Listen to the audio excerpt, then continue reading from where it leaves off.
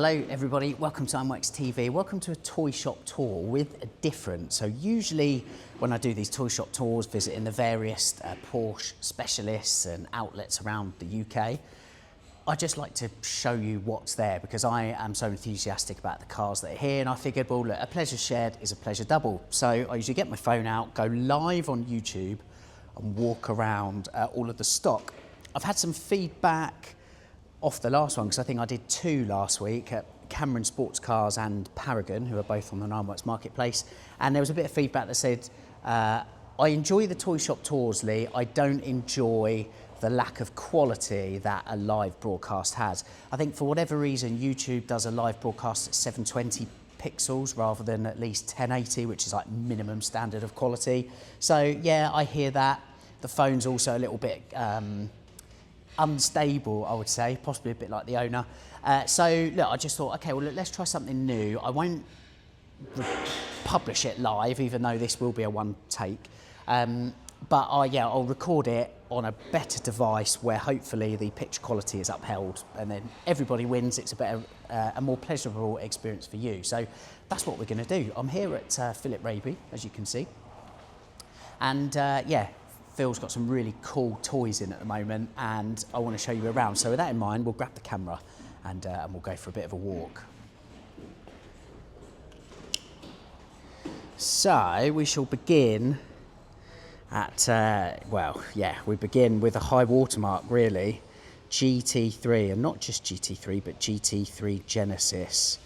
The first, the original. It was this car that started a rich legacy, which is still so aspirational today as a 911 product. This is known as the GT3 Mark 1, 996.1, revealed in 1999. So past millennium, but still so revered by enthusiasts.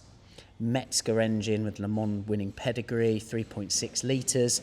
This car is finished in Guards Red, which, as I've said, is a time-honoured statement on this channel. Looks good on any Porsche 911, any Porsche sports car really, but certainly any 911 of any vintage.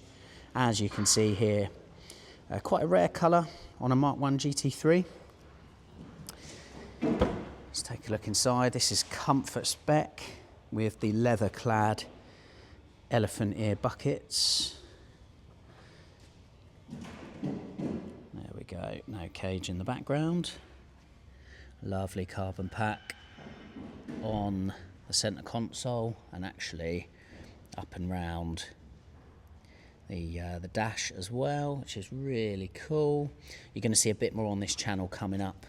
But yeah, it's here for sale at Phil Raby. It is up for $71,995. So yeah, yours if you want it. Very, very cool. And I will say, these cars are just becoming harder to find. People just aren't selling them, I think because they know what they're worth. I would just like to apologise to the team here at Phil Raby for popping this on the floor. As you can probably tell, I'm filming with this car today, and I've just had to remove some of the paperwork and whatnot. So it's not usually chilling on the floor, but I do want to talk about this car because I think this car is the coolest car in the showroom.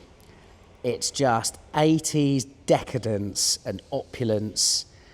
It's a 930 turbo cabriolet. The colour is cassis red. It looks awesome and is wearing the wide hips of the 930 so nicely indeed. I really, really, really like this. Colour-coded hood as well in front of the iconic T-tray wing. Inside is a two-tone interior, which is burgundy and linen.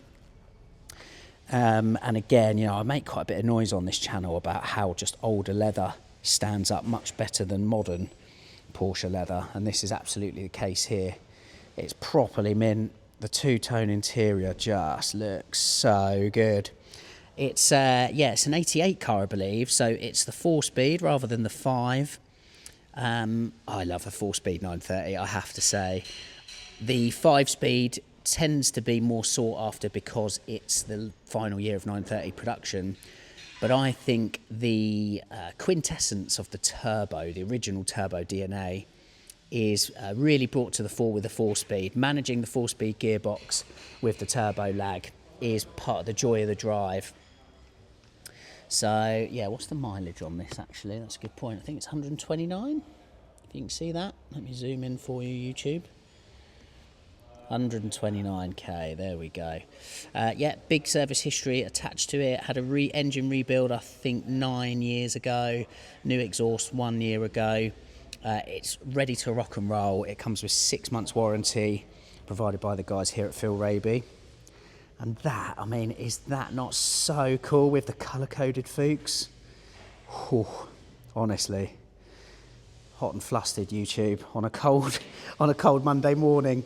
That is cool as. Next to it, we've got some more G-body goodness, 911 SC. This car is actually sold, but it is well worth a look inside. So look, for context, I've just shown you a wide body G model. This is a narrow. It's a late SC, you can tell because it's got the side repeaters on the front wings, and we'll have a cheeky little look inside with a nice blue interior with those iconic Pasha seats. And as you'll well know by now, Pasha, made by Vlasta Hatter, wife or whose husband is Tony Hatter, a great friend of us here at Nineworks. Designed originally to mimic a checkered flag being waved. It's the only sort of, because Porsche's obviously no stranger to popping patterns on the interior of its cars, think houndstooth and tartan, but Pasha is the only one that they made themselves, or more to the point, Vlasta did. An inspired design which has reared its head again on modern Porsche metal with a 911 Spirit 70 992.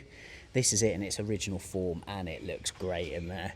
As I said, this car is sold. It's off to its new owner very soon, and a massive congratulations are in order because that looks lovely. Always nice to hear a G model doors, because yeah, that's just proper 911. I love SCs with a flat back design. When you say flat back, what is that? No wing. So some models kind of tried to imitate that turbo. So people were sticking wings on, and you could get sport models with, well, no, the sport was dampers, wasn't it? Plus for the SC, yeah, it was a T-tray, and then 3.2 was the whale tail. So yeah, so you've seen all manner of these wings on the back of SCs. I think they look really poo on a narrow body. So a flat back is where it's at, and it's really nice to see an SC flat back as it should be. I mean, look at that beautiful, beautiful silhouette with those really nice hips coming down from the roof line right to the very bottom at those lights. I just think that looks masterly. Proper timeless 911 design. Really nice to see telly dials as well, because again, a lot of people went for Fuchs, or certainly upgraded to Fuchs back in the day. So that, for me, that's perfect. That is absolutely perfect. We got a 993 Carrera there. That is sold as well. It's a project, so it's had an engine rebuild, which is great. That's where the big money is. And yeah, it needs like cosmetic things. So it's off to Ireland. The guy's coming to collect it. And yeah, he's purchasing a project and wants to do it all himself, which is awesome. Big congrats. Now, we were talking about Fuchs wheels. There we go. And we've covered we've covered G model, which is otherwise known as impact bumper cars. Before that, we had this, which is called pre-impact bumper, because as you can see, we've not got any impact bumpers like on the G model. They're otherwise known as long bonnet cars. Why? Well, simply, whereas on the G model, the bonnet stops here. With these, it goes all the way down to the front. So there's your long bonnet car.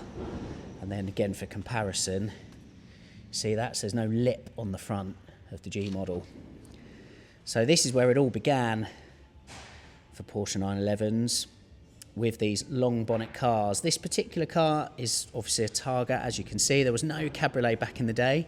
That didn't come along until 1982. So if you wanted an open top Porsche 911 in the swinging 60s and 70s, maybe they were swinging as well, I'll let you decide as the audience, then this was the car for you, a Targa. This is a 73, so it's the last of the long bonnet generation.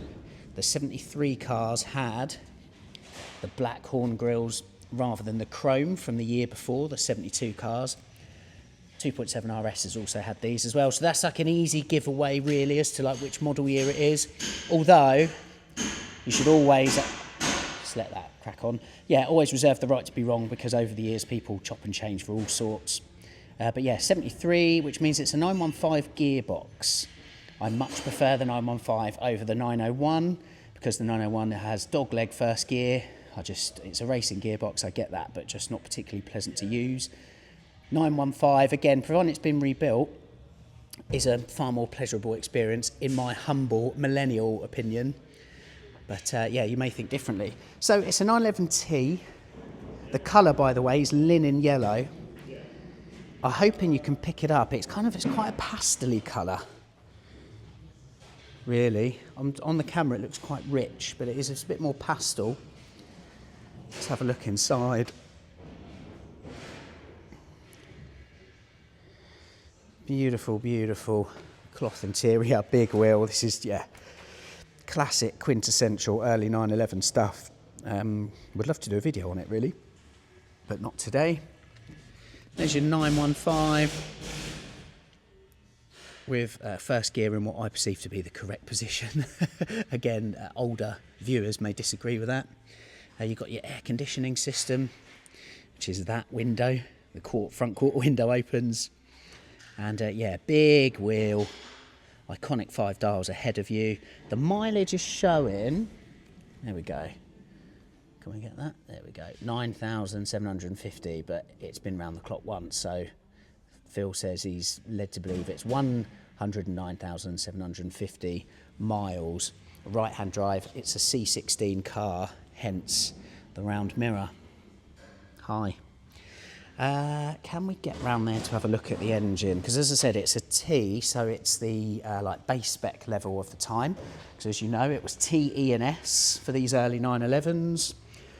911T in 2.4 litre form, which was the 73 model year cars. That's about 165 brake horsepower. So let's pop this, which I hope has popped. Now, when you're opening these cars, always consider this. If not, it can drag up. So always pop that first and then raise, and then you'll see that oh, I've not popped it. Brilliant. There we go. What a rookie, hey YouTube, what a rookie. So, yeah, look, then when you lift it, it's not damaging the top there. Anyway, there we go. So yeah, this is the T. Back in the day, the T had the black fan shroud that you can see there. The E had green and the S had red. The 2.7 RS had red as well. So this had a rebuild. Can't remember when now, but I think it was done by Canford Classics. Looking pretty fresh. Which carbs are they? Can't quite see in the dark. If they're Webers, I'm assuming so. Can't see, and to be honest, I'm right up against the wall, so I can't shimmy round. But yeah, there we go. There's the flat six of the 911T from 1973 with 2.4 litre capacity. This kind of pram handle thing is quite unusual. Don't really see that often. So there we go. I'll tell you what, I'm going to finish. I'm going to throw a curveball in there. And Phil has told me the colour of this Mark II Golf GTI. But I can't remember it, which it's a green of some description. It was only available for one model year. It's been restored by a very young, albeit very experienced owner who owned this car for years.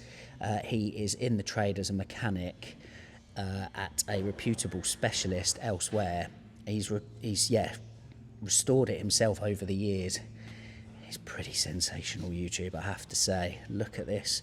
It is for sale here. I mean, yeah, Phil does sell stuff other than Porsches from time to time, including our friends from the other side of Stuttgart.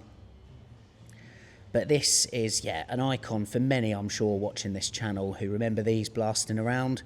I think it's up for 28k these days. Have a look at the interior. I really hope this is open. Yes, magic. It's mint, YouTube. It's absolutely mint. Now, I'm of an age where the only ones of these I ever saw were utterly shagged out.